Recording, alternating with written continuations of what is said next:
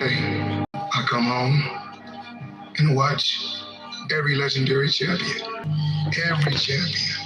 It wasn't one fighter I wanted to be like. Some days I want to fight like Leonard. Another day I want to fight like Hagler. But then I want to have a style like Tommy Harris. But then I want to be a killer like Mike Tyson. And then when I took all those different champions, Chavez and Roberto Duran, and all these different champions and all these different guys, I said I'm gonna take a little bit from every one of them and put it all in one box and shake it up and see what we come up with. I don't care about nobody else. There's nothing like your own people. When you come from blood, sweat, and tears from the ground up, your people being proud of you, that's a great feeling. But then you get so much jealousy and hate from your people. And I'm more like, yo, listen, this is more than an American dream. Why is this more than an American dream? It's because of this. I'm my own boss. I do what I want to do. I say what I want to say. Whereas some athletes come on your show, they can't say what they really want to say. I can say what I want to say. I'm my own boss. And if I feel like something is not right, I'm going to speak on it. No different for if the situation, if it's something that I don't like, and Alicia would tell you guys, if it's something I don't like, I'm like, no, I'm not doing that. Even when it ways to feel all access. They're like, oh, no, let's do a fake script. I'm not doing a fake script, because I'm not fake. I can give you the real one, I'm not doing it. Just how I am. I put on my shoes, I put on my clothes. Everyone in here have good days, have bad days. I'm only gonna have my bad days in a boxing gym, because I'm an under the lights type fighter. Because when I go under those lights, no matter how I win, I'll win. With me, it's all about being relevant. Hate it or love it, it's about being relevant. And I understand business. You can have another fighter that said, oh, well, he's 32-0 with 32 knockouts. But if it's not in God's plan for him to be the man, he's not going to be the man. Talking doesn't win fights. I know trainers don't win fights. It comes down to the two competitors. I'm always prepared physically. I'm always prepared mentally. Surrounding myself with the right team. I had to surround myself with the right people. And everything took flight. Y'all only know what I show you guys. You guys don't know what I do. Y'all just say, oh, this guy is a billionaire. This guy is Listen, don't nobody know what nobody really got. Don't nobody really know what Forbes don't post a person. That don't mean they don't got nothing. You know, you got the De Beer family. We say we love each other, but all we do is go against each other and hurt each other. We don't stick together. So I'm gonna continue to be who I am and do what I do, and I'm gonna continue to get people. You got to be on my level mentally, and it's hard for anybody to be on my level mentally, because I think outside the box. That's why I'm always doing record-breaking numbers. That's why I'm always doing record-breaking things. That's why I was able to go on Dancing with the Stars and take chances and go on WWE and steal fans from the WWE and steal fans from Dancing with the Stars and take chances to become a household name, to become a pay-per-view star, to become a mega superstar, to have the biggest deal in sports history.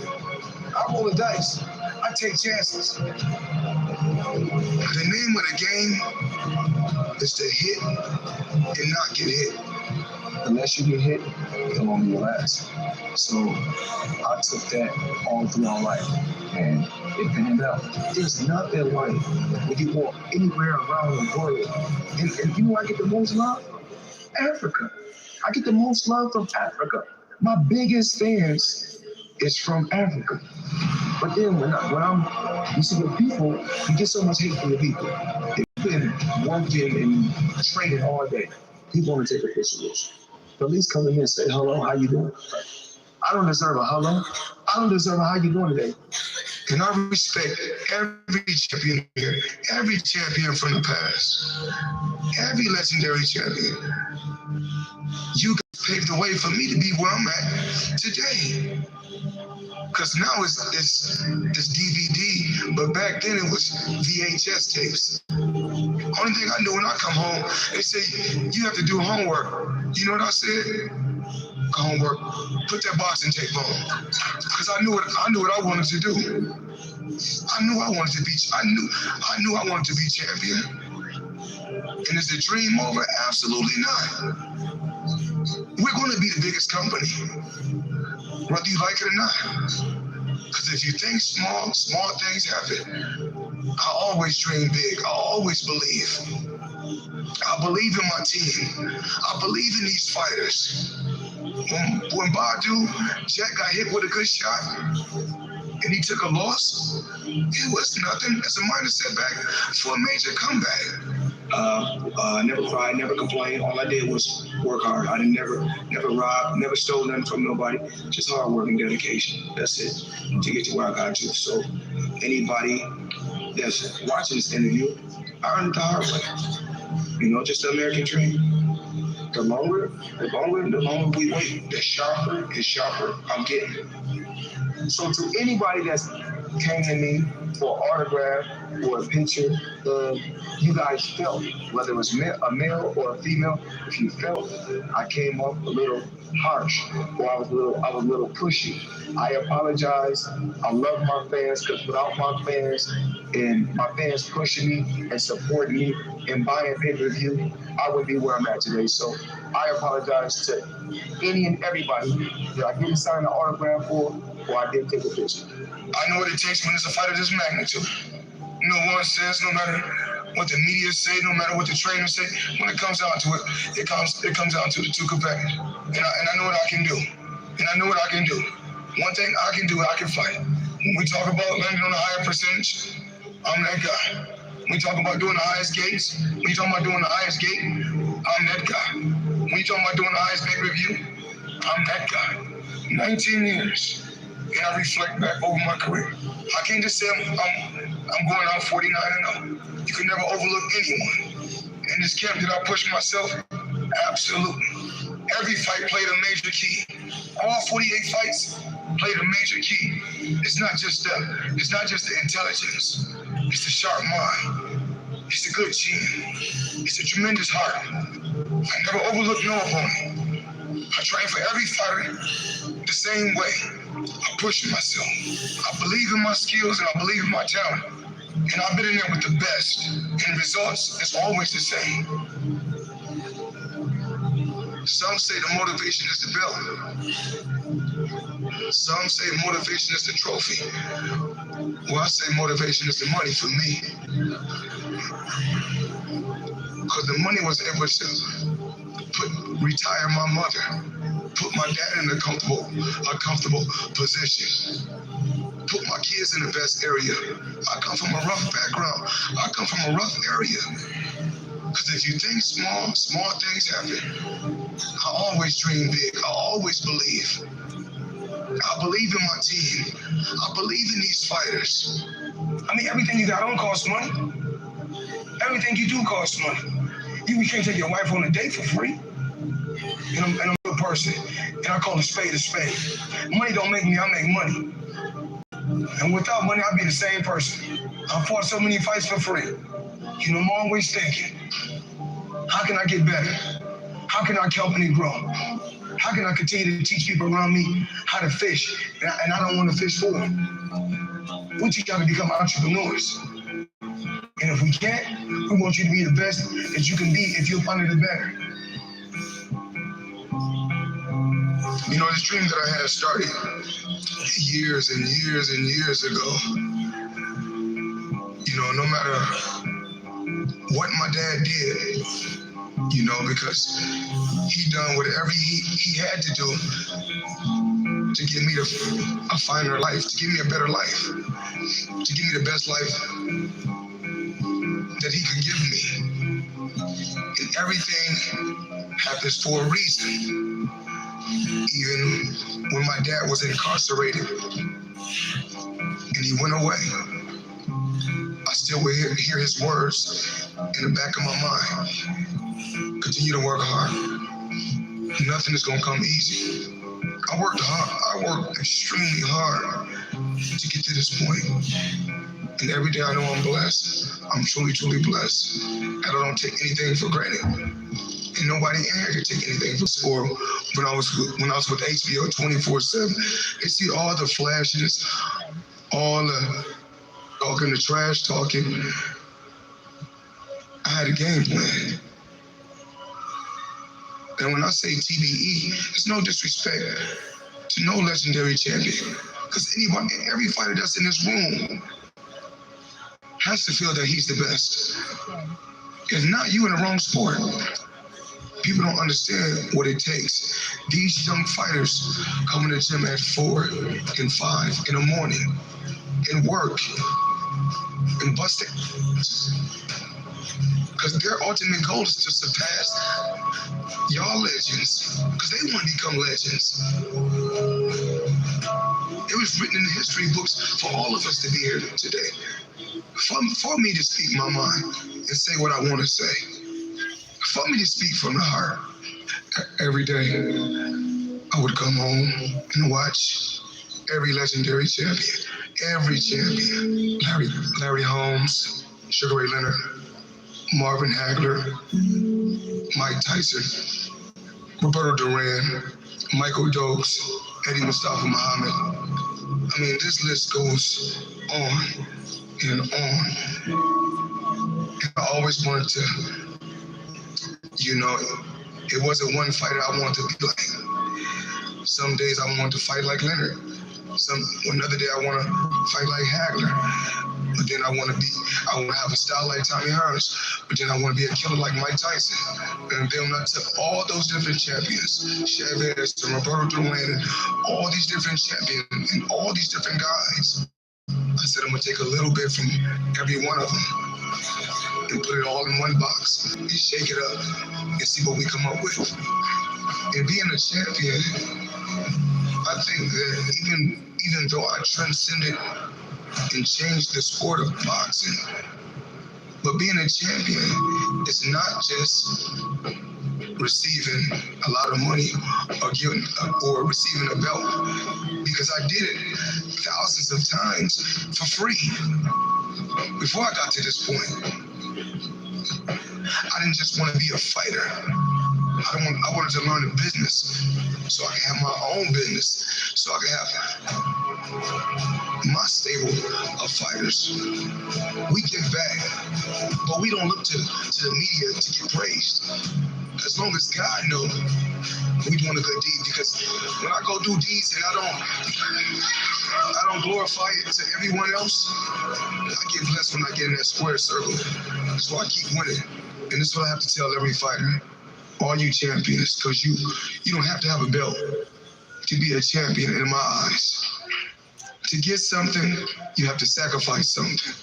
And what I did, I put everything aside. My whole life, boxing has always been first. I never focus on anything but the guy that's in front of me. Because when it comes down to it, I always said this for many, many years, that fans cannot fight for you. And one thing I know I can do, I can fight. So the fans, when they shout, scream, I don't worry about nothing. I just, keep my composure and stick to the game plan. Constantly keep coming ahead, pushing him back.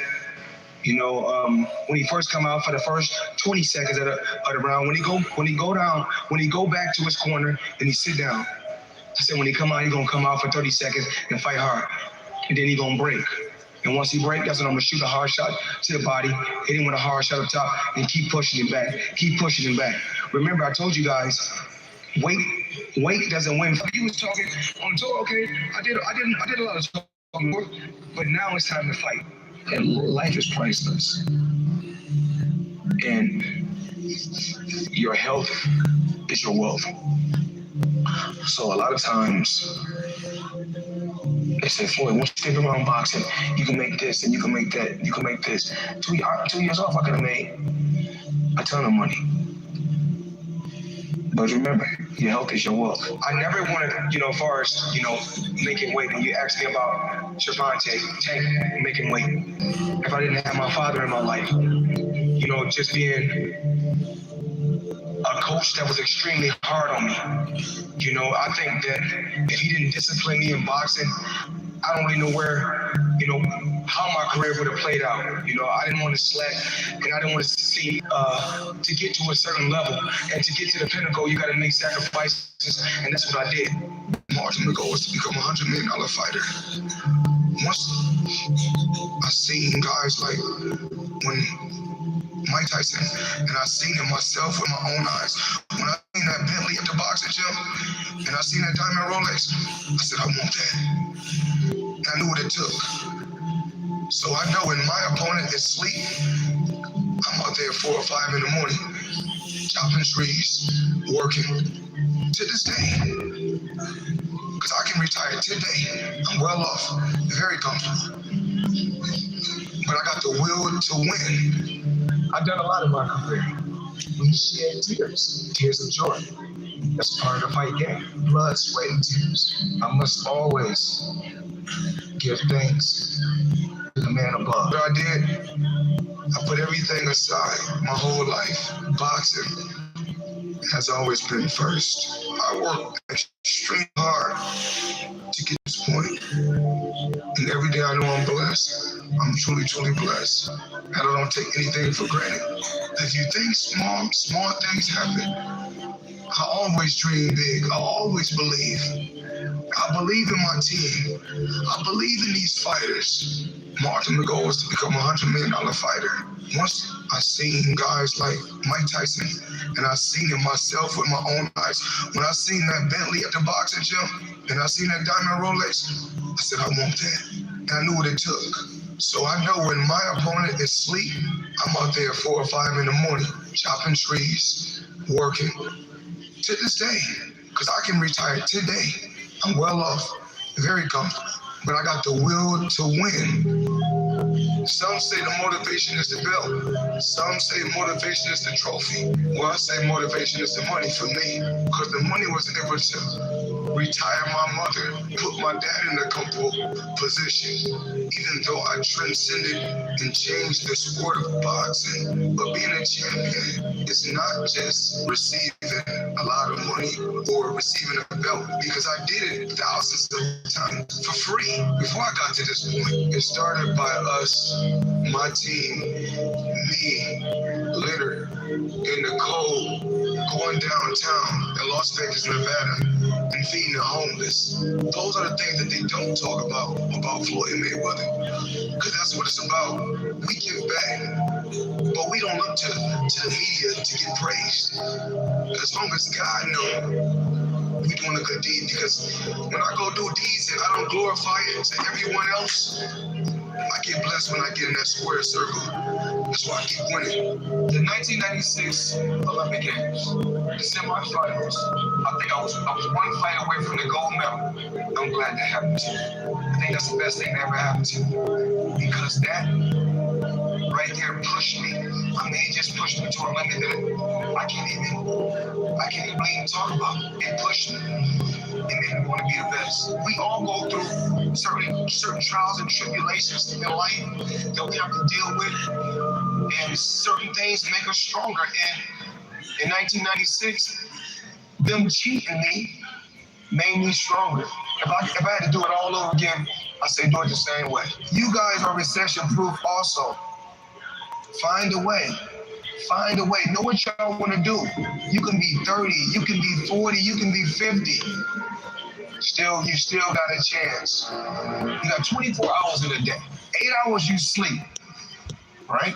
And most people work a 9 to 5. So 8 hours you work. So we have 16 hours. We got breakfast, lunch, and dinner. So we'll be at 19. Take you an hour to get ready. So we had 20 hours.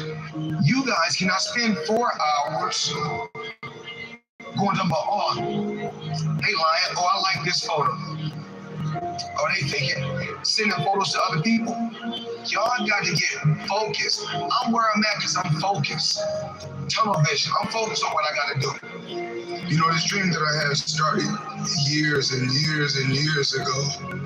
You know, no matter what my dad did, you know, because he done whatever he had to do to give me a finer life, to give me a better life, to give me the best life that he could give me. And everything happened for a reason. Even when my dad was incarcerated and he went away, I still would hear his words in the back of my mind. Continue to work hard. Nothing is going to come easy. Every day I say to myself, after my last flight, I say, this is nothing but organized, legalized street fighting. I'm able to make hundreds of millions doing what I like to do. And for the police, everyone sees us on All Access or when I was with HBO 24/7, they see all the flashiness, all the shit talking, the trash talking. I had a game plan. And when I say TDE, it's no disrespect to no legendary champion. Because every fighter that's in this room has to feel that he's the best. If not, you in the wrong sport. If somebody right now in here hit the lottery, the first thing they're going to say is give it all to me. Because they don't know no better. Because rich and wealth is two different things. When you're rich for a short period of time. Rich is short term. Wealth is long term. You can have 100 million, but if you don't got no game plan, it's gonna be gone. Being around certain individuals, like even being around my billionaire buddies, every time I got around my billionaire buddies, I was more like, it's cool to come over your house, but I need a house like this. It's cool to ride on your yacht, but I need a yacht like this. It's cool to ride on your jet, but I want a jet like this. And I said, no, I don't want to ride on yours. You show me how to get it. You can't be my friend if you can't show me how to get it. Because once they show me how to get it, then I can install it in my children. So it's about wealth. I'm no longer rich, I'm wealthy. Most people probably have $1 million if their money management skills is right. You know what I'm saying? But they spending the money fast as they get it. You get a couple $100,000, you go buy a $100,000 watch. It's easier to make the money. It's harder to save. It's crazy because coming from where I'm from, we thought all we needed was $1 million. We just wanted to become $1 millionaire. It means 1 million. Until you get it and you realize it ain't enough. We're living in a generation and a time where people think it's only cool to be a boss. You know what I'm saying? It is uncool to be an equal partner with somebody. I just think boss is a 4-letter word. What does it mean outside of the action? If you're not doing boss shit, why you want to be a boss? Do you even know what being a good soldier is? Some people, again, they offended by the idea of being a soldier, not me. You know what I'm saying? I can step into soldier role and breathe into boss role at any moment. I play every role. I gave the sport of boxing my whole life. I dedicated my whole life to the sport of boxing. And all I ever wanted to do was put my family, my mother and my father in a comfortable position. My dad is a millionaire. My mother, she's a millionaire. And the investments were for my grandchildren, not just my children. Put them in a position. That's really what it's about. Yeah, giving back. Absolutely. It's not just for the money, but of course, that plays a major, major role. I wouldn't be Floyd Money Mayweather if the money didn't play a major role, but something different. You say it's not about the money, but it is about the money. Do you think the public... It's always going to be about the money. You think the public's a little turned off by hearing so much about money and billions of dollars and hundreds of millions? Do you think that somewhat antagonizes people who are at home, who are having a hard time making a living? I did it the hard way. I'm a kid that came from poverty. I can remember being a kid living in Jersey with my mother. 7, I was living in a 1-bedroom. No lights, no heat. Never cried, never complained. I just worked hard to get to where I got to in life. It's been hard work. My dad going out there. When I lived with my dad in Michigan, my dad going out there, taking chances, hustling to put food on the table. He sacrificed everything for me. My dad went to prison and I had to become a man at 16. My dad came back into my life, I was 21. Never cried, never complained. All I did was work hard. I never robbed, never stole nothing from nobody. Just hard work and dedication. That's it. And I respect every champion here, every champion from the past, every legendary champion. Only thing I knew when I come home, they say you have to do homework. I knew I wanted to be. I knew I wanted to be champion. Whatever we want, we can do. There's nothing that I ever wanted that I didn't get. You know, I dreamed it. I wrote it down. I believed it. I surrounded myself with the right people. But the main thing is, you can't think you know it all. You know, my team, I surround myself with people that got it right here. You have to have it right here. Have to.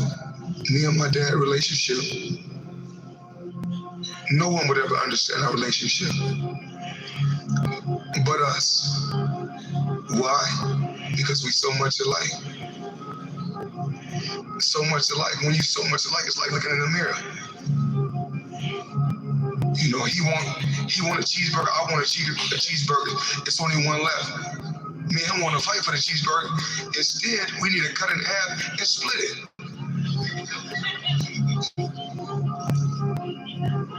You know, when I was young, he want to listen to James Brown. I want to listen to rap music.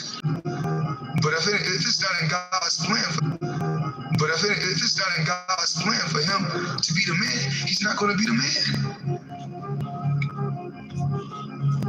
You know, certain things that I would never forget. When E.J. Smith wrote me a letter when I was already, and he wrote me a letter. And he said, because one about me, I'm not embarrassed about nothing that went on in my life. Because I'm a man.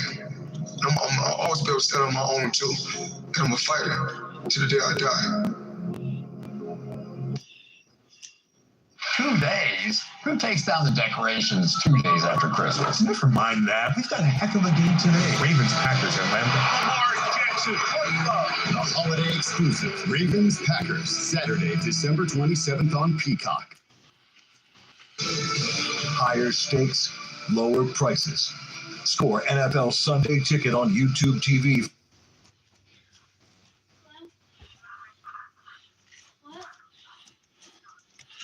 If you can see it here and you have the courage enough to speak it, it will happen. So a lot of times people believe in certain things, but they keep to themselves. They don't put it out there. You truly believe in it. You become vocal with it. You are creating that law of attraction and it will become reality. Make this note. Don't become a victim of yourself. Forget the thief in the alley that's after your purse. What about the thief in your mind that's after your promise? There's this thing about people, and they talk about manifesting. It's fucking real, man. Manifesting is real. When you figure out who you are and what you want to do, and you devote your life to it like a maniac, like you're all in on this thing, and you manifest, most of these people end up, doing what they say they're going to do and being who they say they're going to become. It's real. And there's no excuses. There's no fucking days off. There's no everybody's against me and this didn't happen for me because of this and that and all this whining. It's these people who dive in and they're hardcore and they're focused and they know what they want. They know who they are. And they lay out these short-term goals and this roadmap on how to get there. Most of those people make it. He's the biggest man I've ever seen. I wouldn't want to fight him. That's why no one will remember your name. There's people like us the way we're crazy and we believe it's almost delusional sometimes. Yes. Like, what's the one? I've heard this quote on the JRE before. It's like greatness and madness and next door neighbors, and they just borrow each other's sugar once in a while. Bro, I can manifest like a motherfucker everything comes from the imagination. Everything comes from the imagination. So the power of the mind, people don't understand. We still don't understand. I still don't understand how powerful it is. I'm still learning. But I know one thing is I can make things happen. I can go to levels. I just can't tell the world, but like there's levels that like I've manifested things that I'm just like, I still shock myself. Like, how the fuck did I make that happen? And this is not even to do with fighting. This is to do with my personal life. And I'm like, I made that happen. And this is through this like manifesting subconsciously as well. Just years of something just manifesting, and boom, it's right there. I'm just like, you say it to yourself and you look yourself in the eye and look yourself in the mirror and truly believe that not a man alive can beat you, then that is the way it is. And just through hours in the gym and preparation, I feel that I am untouchable right now. I want to reassure you that no matter what the night, no matter what the storm, no matter what the difficulty, there isn't anybody here that can't figure it out, find some things to do, step at a time, yes. Minute at a time, yes. Day at a time, yes. Week at a time, yes. But there isn't anything you can't walk away from. There isn't any challenge you can't overcome. I want you to have that kind of belief in yourself. Maybe it was your time to lose. You didn't think so. Lose? I don't lose! I win! I win! That's my job! That's what I do! If a person would sit down and let their body relax, totally relax, okay, and then start to visualize in their mind, see themselves the way they want to see themselves. See how you'd like to live your life. See yourself living it that way. Now understand that that's a picture in your mind. Take that picture and describe it. Write it out in the present tense. I am so happy now that I see myself, and write it out. Start to read it and read it and read it and read it every day. Carry it around and keep reading it. The one point that all the great teachers all down through history have all agreed on, they've been in complete unanimous agreement on it, we become what we think about. Now, it may be fantasy at first, it might even appear to us as being a lie, but if you read it often enough, you'll start to believe it. I watch people in the personality change right in front of my eyes, and all they're doing is starting to see themselves different, they're starting to think different thoughts. Nah, I feel confident because I'm the best player in the world. It's simple. You can have anything you want if you want it badly enough. You can be anything you want to be.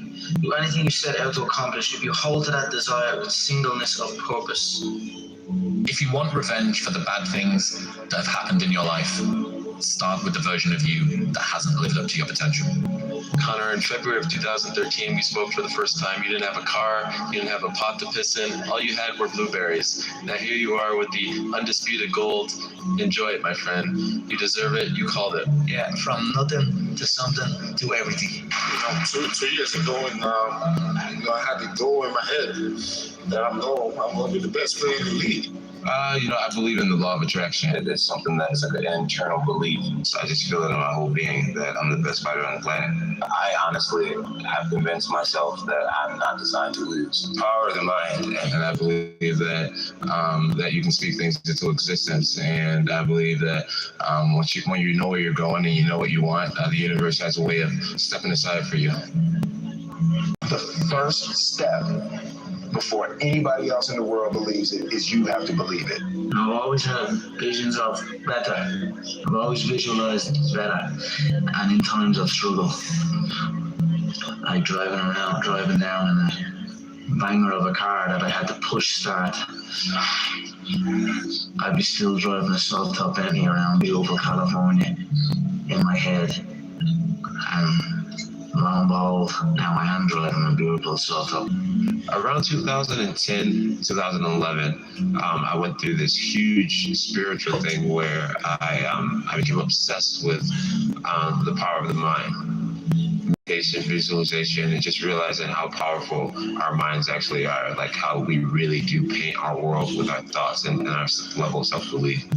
So I took myself from being very average-minded to actually believing that I was the shit and believing that I could be the shit and that I could be the GOAT and be the greatest and never lose. I took myself to a different place mentally, and a lot of it came from mental practice and meditation and visualization and just seek knowledge from people who are strong believers. I knew I was going to be the person to bring martial arts to the public eye. And now it's happening. You know what I mean? There's two things I've learned from these past 7 months. Number one is that hard work pays off. And number two is that dreams come true. And that's what's happening. Everyone is jealous of what you've got. No one is jealous of how you got it. People see the trophies, but not the training ground. Everybody wants the view, but no one wants to climb. A negative mind will find any way to make the world fit his priors. Right. So if you go into a situation adamant that you are unlovable, unwanted, broken, flawed, insufficient, you will manage to warp reality to be able to fit what you already believe. That you used to go up on Mulholland Drive and park every night and visualize seeing yourself as. Yeah, I would visualize. 7, 8, 5, yeah. And I had nothing at that time, so it was like, but it just made me feel better. It made me, at that time, all it really was for me was kind of making me feel better. I would drive home and think, well, I do have these things, and they're out there. I just don't have a hold of them yet, but they're out there. It's a beautiful feeling where 24/7. It never turns off. You have got to change the way you think. It is the whole determining factor of where you go in life. We are all where we are today because we thought ourselves to this position. If you don't like the position, think yourself out of it. all that matters is how you see yourself. If you see yourself as the king, you know, you see yourself with all the belts and all everything, and no matter what no one else says, as long as you see that and really believe in it, then that's what's going to happen. Being realistic is the most commonly traveled road to mediocrity. Why would you be realistic? What's the point of being realistic? Just put up a barrack. Yeah, I'm going to do it. It's done. It's already done. The second I decide it's done, it's already done. So now we just got to wait for y'all to see. Is there any limit to your ambition? No. Or any limit to what you think you can achieve? Well, no. Because I think right now, if I was to quit rapping and say I want to go to the NBA, I would be in the NBA. No, you wouldn't. Yes. No, you wouldn't. As a kid growing up, I believed that. I believed that whatever I put my mind to, and if I was willing to make sacrifices and I was dedicated, that I could achieve absolutely anything. Because despite my situation at the time, I always believed that, I don't know why, but it seems like I had some voice in my mind who told me that it's going to happen. How? I don't know, but it's going to happen. Then I'm like, yes, I'm going to do it. And that was just like 6 to 7 years ago. Your words were your destiny. You spoke out your reality. You said, I'm going to do that. Connor, you've been dreaming about this moment. You've been talking about this moment. Honestly, though, does it feel the way you thought it would? Yeah, it does. It feels beautiful. I dreamt this so much, so clearly, so precisely, and so frequently that it has manifested itself into reality. And that's what that's what I'm feeling right now. It's a dream come true. Discipline is doing what you hate to do, but doing it like you love it. I love that quote. Yeah, that's what you have to do to be the best. Do or do not. There is no try. Everybody asked me the question. They wanted to know, well, I know it's going to fall out and it's going to do something crazy. Everybody wants to know what I would do if I didn't win. I guess we'll never know. How do I gain more confidence? It starts with yourself, man. You got to start diving into those things that you're afraid of. You don't gain confidence by going to a spot that makes you feel good. It's going to be a false reality. What gives you confidence is not being afraid. It's overcoming the fear. I used to stutter severely bad. So right now, I don't know how many people are going to watch this. You know what gives me confidence? Is knowing I no longer care if I say or start stuttering again. Yeah. That's what gives me confidence, is facing these things, overcoming them. And maybe not overcome them every day, but facing them and facing them and facing them. Pretty soon like this, you know what, man, this is where it's at. It's not in that comfort zone. It's in the discomfort zone. The only thing that you can do is win so big that all of them constantly compare themselves to you, and then you'll forget they exist. success is the only revenge. He's like, it's not the best revenge. He's like, it's the only one. There's no other revenge. Because everything else is petty. Everything else does show that you were thinking about these people all day long, which means they win by default. A few weeks ago, I was in the gym working out. This NBA player walks in, this trainer. I can tell by the exercise they were doing, he was used to doing just 12 reps. Because when the trainer lets him 15 today, he got a little attitude. It became very clear to me on why he was a bench warmer. Having that bare minimum attitude will keep me at that bench. It motivated me though. It was locked in my brain. It's still there now on how he sounded. It kept me in the gym for 2 hours.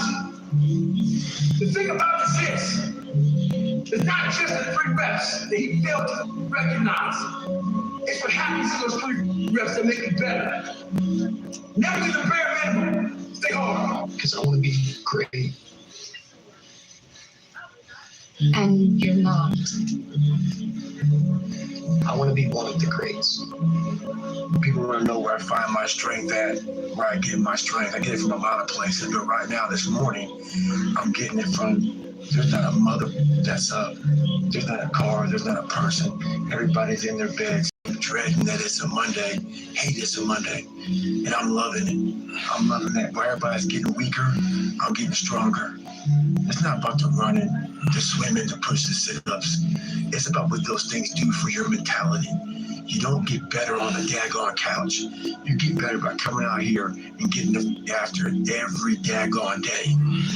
Connor, in February of 2013, we spoke for the first time. You didn't have a car, you didn't have a pot to piss in. All you had were blueberries. Now here you are with the undisputed gold. Enjoy it, my friend. You deserve it. You called it. Yeah, from nothing to something to everything. Man, bro, when you really want something, you're going to find a way, ultimately. And it might not be today or next year or 5 years or 10 years, but this thing takes priority and precedent over all other things. And even then in this life, it's not necessarily guaranteed that you'll get there, but I know what's not guaranteed is you being comfy and getting there. That's not happening. Greatness is not meant for a few chosen people. It's meant for those who persistently pursue their dreams every day and make that choice when they wake up. So just a mentality, really. Aspirations come from people that do amazing things, but they're really ordinary people just waking up every day doing it, doing the little things that other people aren't doing. So this guy just passed me. He said, "Guy, just be average today."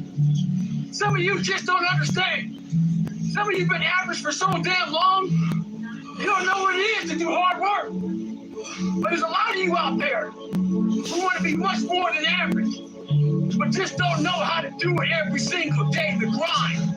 And you find someone to oil those gears up. So check it out. This is a mindset. Maybe it's true, maybe it's not. But this motherfucker out there who wants what you have, who wants the position you want. Because of 4 a.m. We're up here because of 2-a-days or 5-a-days. We're up here because we had a dream and let nothing stand in our way. If anything tried to bring us down, we used it to make us strong. We were never satisfied, never finished, we'll never be retired. My high school English teacher, Mr. Fisk, he had this beautiful quote, and it read, All right, so go brush your teeth. Not in the middle.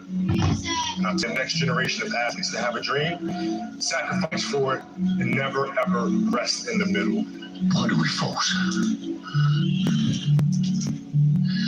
So that we can learn. Let's go, girls. We will win. Because we will hit all K. Scared to be you. Start being you. That's what they think. You keep running. That's what they gonna say. Start being you. That's before you know life is gonna be over. And you wanna say to yourself, I didn't live my life.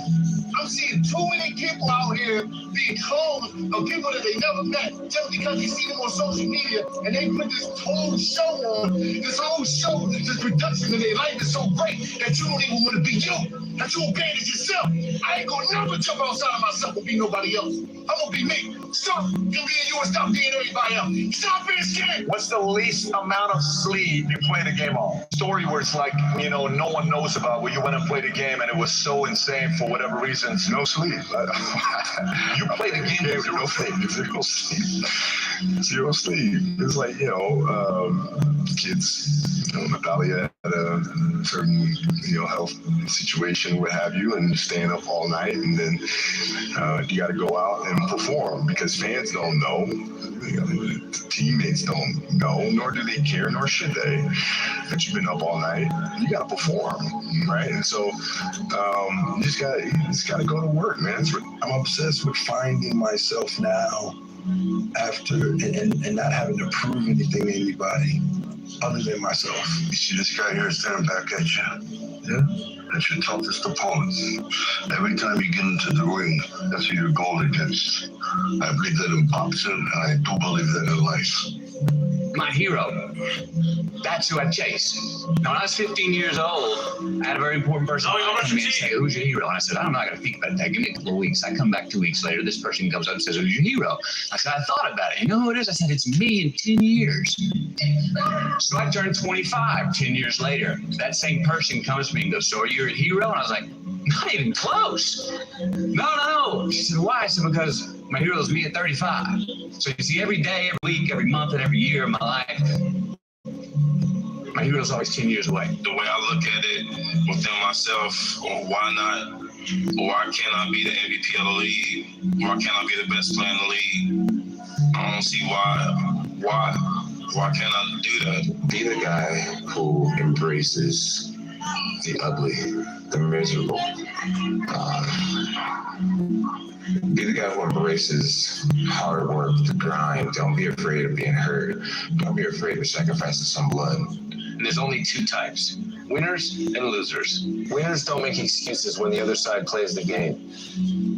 Yeah, I heard a quote one time from Vincent Van Gogh that really rang true. You're doing a good job and use your mouthwash. He dedicated his life to his art, and he has lost his mind in the process. And when I sat and I thought about that, it sounded very familiar. I have given every single thing, every ounce of my life to this craft, to perfecting my craft, and I continue to do so. And in the process, I have lost my mind, but in a good way, to regular society, to people who wake up at 9 a.m., who clock out at 5 p.m. They would look at me and say, "I've lost my mind." But me, I have found it almost. Tired, 14 days, 13 days, whatever the hell it is, don't mean nothing. Tired is only in the mind. If you tell yourself you're tired, you're going to be tired. I don't get tired. I'm motionless. I am zen, at peace, ready for war. If you want to be great, you want to be badass mother ever at what you do, you're going to be misunderstood by everybody because you're going to be so obsessed and so driven to get there. That's what it takes. That's the truth. It takes every second of your life. Anybody says balance? Yeah, balance is important for a lot of people. It is. But if you want to go to that edge where people do not like you, don't understand you, question everything you do, you arrive. You're misunderstood to the point where people think you're psycho and you're nuts and you're this and that. Why? At 1 o'clock in the morning, you got to doing an op for 13, 14 hours after Ranger School, man, at the gym. What's wrong? You will never understand what is wrong with me. You're crazy until you're successful, then you're a genius.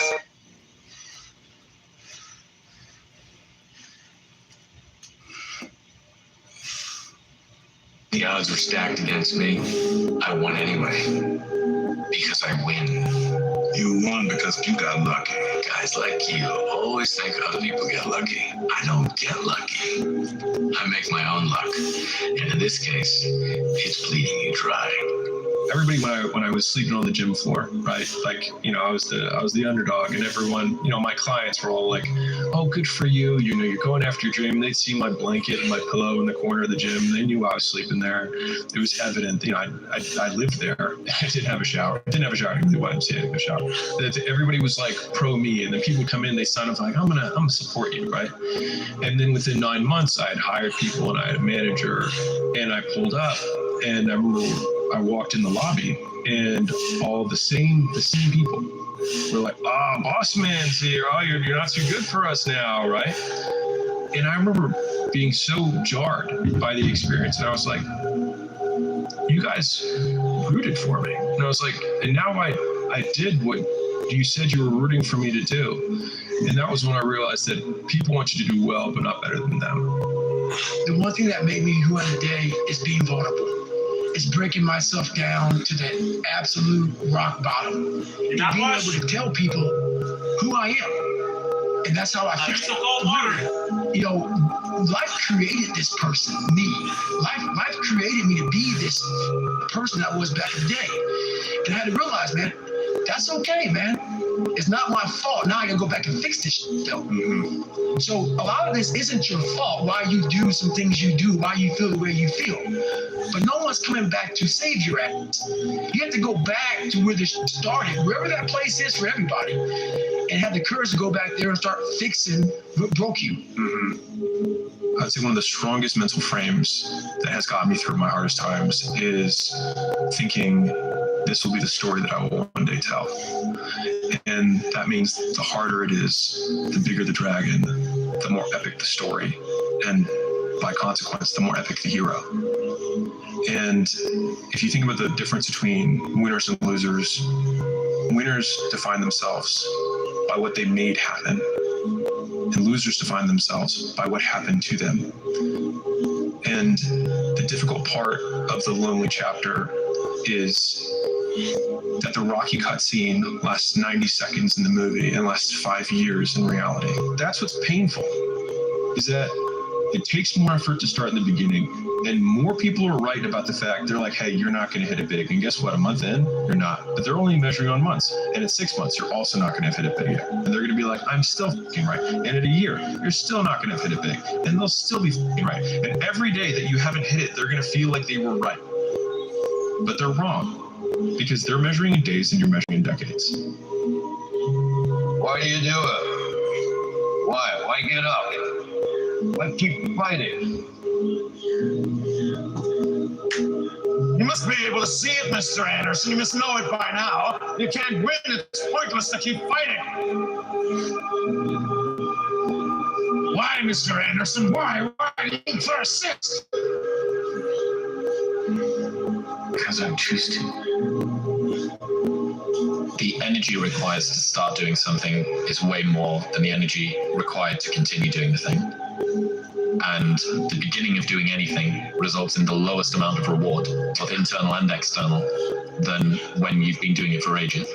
Every single person who wants to do something with their life and has done something with their life has gone through the exact chapter that you're going through. And it's the lonely chapter. It's the chapter where you don't fit in with your own friends, but you don't have the outcomes yet to fit into a new group of friends. And you're doing this thing, you're consuming content on the internet, you're doing these free tutorials online to try and figure out how to set up a podcast and where do I host this thing? And you're going through this and you're like, is this even worth it? Because you have no signs of success, right? But if there's anything that you can take away from what we're saying right now, is that the sign of success is the hate that you get along the way. And what you can't do is bend the knee to their hate and fit back into the conformity because it's comfortable and it's warm. Because like in the Matrix, when Trinity opens the door, when Neo's about to go take the red pill and he wants to get out of the car, she says, Neo, you've been down that road and you know exactly where it leads. And I know that's not where you want to be. And then he closes the door. Like right now, this moment that you're going through is Trinity opening the door and being like, you could go back, but then you have to remember exactly what the reason was that you decided not to go out to begin with, just because you listen to this podcast and you consume this content, you're like, I can do more than this. Like, because you are starting to live in some of that, how where you look in the mirror and you're like, I can do more. And you start to see the person that you could be. And you're like, this does start to feel like hell. But you know, happiness can be found even in the darkest of times. If one only remembers to turn on the light. Throughout my life, I wanted to be accepted. Growing up, I lied, I fucked what I could. Be my friend, be my buddy. That weak ass. I found out through this path of life, who is David Goggins?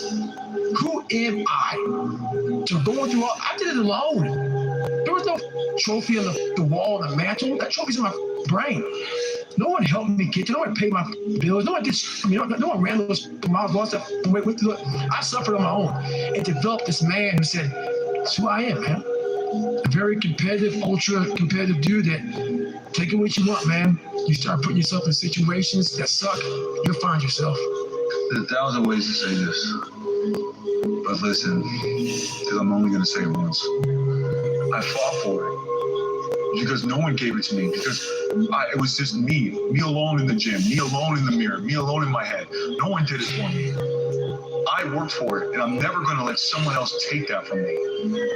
Many people want to be exceptional, but they're afraid of being an exception. I think it's such a, it's wanting an outcome without the requirement that the outcome has. And so we can't do the same thing that everyone else approves of and then somehow get a different outcome than everyone else does. If you have a belief and you can't explain why you believe it, it's not yours, it's someone else's. The biggest thing you have to do is shut off technology. You have to go dark. What I mean by that is you have to be quiet in your mind. Get away from people. We love being around people. We love talking. We love parties. It's okay to be alone. It's okay to be unhappy sometimes, man. So you gotta go to the truth first. Who are you? You get really accountable. It's okay, who am I? What's the truth about me? Get to that dark place in your mind. Figure out, it may take months, it may take years. Figure out your purpose. Figure out what you want to be in life. And then from there, okay, I have my purpose. It may take a long time. No one knows their purpose because it's too loud. You gonna leave his people be? Or you the one that's gonna find yourself a new plug? You don't mean that shit. The fuck I don't. I built this shit. Me. Brick by brick. And I'll be damned if I let you tear it down just because you don't like the way another talk.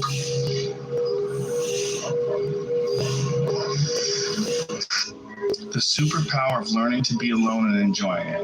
Well, I think it's critical, and I do think that these times where you just think about things, just be alone and think about things, are so rare these days. And I think during those rare times is when you really get to understand what you actually believe or don't believe. Admit it, you aren't like them. You're not even close. So I came with this idea a couple of weeks ago called the Lonely Chapter. I love it. So there is a period in everybody's journey where they are so different because they've started to do new things that they no longer fit in with their old set of friends, but they're not sufficiently developed that they've gained their new set of friends, and they're unsure. Should I go back? Should I lean back into getting a bag in with the boys on a weekend? Is that the highest, way that I can live my life passion forward? Because that's what everybody else does. And all of my friends are taking the piss. Oh, not drinking again. Too good for us, are we? Not going out again this week. Oh, okay. Well, enjoy staying in home and reading. Fucking nerd. So you're going to feel the pain of being ostracized from the group of friends that you used to have.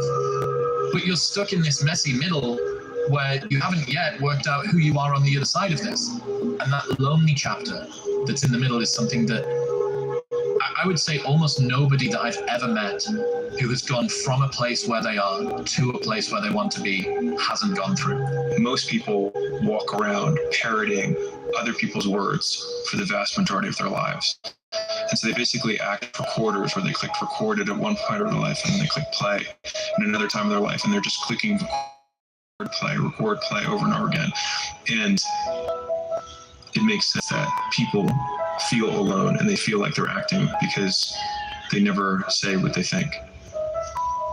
And as a result, they also sound like everyone else because they were never themselves to begin with. I just want more. I just want more. I just want to be successful, and I want to be able to take care of the people that I love, and I want to be able to, be of service. the goal, like, you don't want to be comfortable. I feel like as a man, if you're comfortable, that's a bad sign. No man should ever be comfortable. I think the problem is people don't really value life. Like, I wake up, it's a blessing to be like, every time I pray, I'm like, thank you, God, for another day of life. Thank you, God, for another chance to get it right. You know, people died today. And that's a sign of favor. I don't think people understand, like, when you wake up, you're favored. If I could just walk one more mile after being in the worst shape of my entire life, this would change everything for me mentally going forward. From this kid who came from dirt, nothing, who couldn't read until he was in a junior high school, he is now here. I walked a mile. I said, maybe I can walk one more mile. Maybe I can walk another mile. At mile 81, my ex-wife looked at me and said, you're not going to make the time. When your mind knows it's not going to quit, and this is what I found out, this is my 40% rule.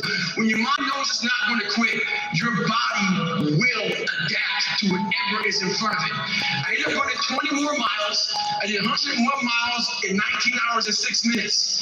And that one day changed, that 19 hours. It wasn't SEAL training, it wasn't Ranger School, it wasn't Delta Force, it wasn't any of that crap I went through. It was 19 hours and 6 minutes that forever changed my life to know that we as human beings are capable of anything. And we don't need any special kind of parents or tools to get there. So I end you with this. Don't stop when you're tired. Stop when you're done. Thank you very much. Everyone is patient. And for you to lose weight, for you to stop drinking, if you whatever the hell you're going through, it takes a lot of patience, a lot of time, a lot of pitfalls, a lot of plateaus. You hit so many plateaus. If you don't know how to get around that plateau, it's not going to happen fast. Like everyone else, you want to learn the way to win, but never to accept the way to lose. To accept and learn the art of dying. Every hardship that you encounter, if you reframe it as the story that you will someday tell to yourself of the person that you've become based on the dragons you've slain and the obstacles you've overcome, then I think that makes those obstacles a unique opportunity for self-improvement, because we can be grateful for these things. I think Jocko has a whole bit on this where whenever something bad happens, he says good. And I think it's a great trained response, because if something bad happens, my trained response isn't good. It's, I will tell the story someday. And so I think if you have that frame, then everything serves you. Because if something good happens, cool. If something bad happens, it'll be a story that I will someday tell. Because it assumes that you will live through it. And it assumes that you will eventually figure it out. And so then you can't lose. As long as you don't quit. Is if right now, whoever's listening to this, if you wrote a book right now about your life and you gave it to someone, would it change their life for them? If not, you gotta get to work. What I would tell people right now is this. There's a process to all this stuff, man. The process starts with, you gotta shut off technology. You gotta go here. So go to that dark place. I call it the dark room, where you're alone. No cell phones, no music, no TVs, no computers. You by yourself. Very few people want to be alone anymore. They want to be around noise and people, and they have to, you can't think. Be alone, go to that dark space. In that dark space, but the first advice I would give people, man, is shut life off for a little bit. Go to a dark place in your mind and figure out what the you want to be. You don't know what you want to be because you haven't spent time, real time with yourself. And once you find that passion, that purpose, your goals, your purpose, everything will just start lining up. The one companion that's always going to be with you is yourself. And I think the first thing you have to do, the first thing we have to do is we have to get ourselves to the point where we don't necessarily need a companion. It's not ideal. It's not ideal, but it's doable. And sometimes it beats the alternative.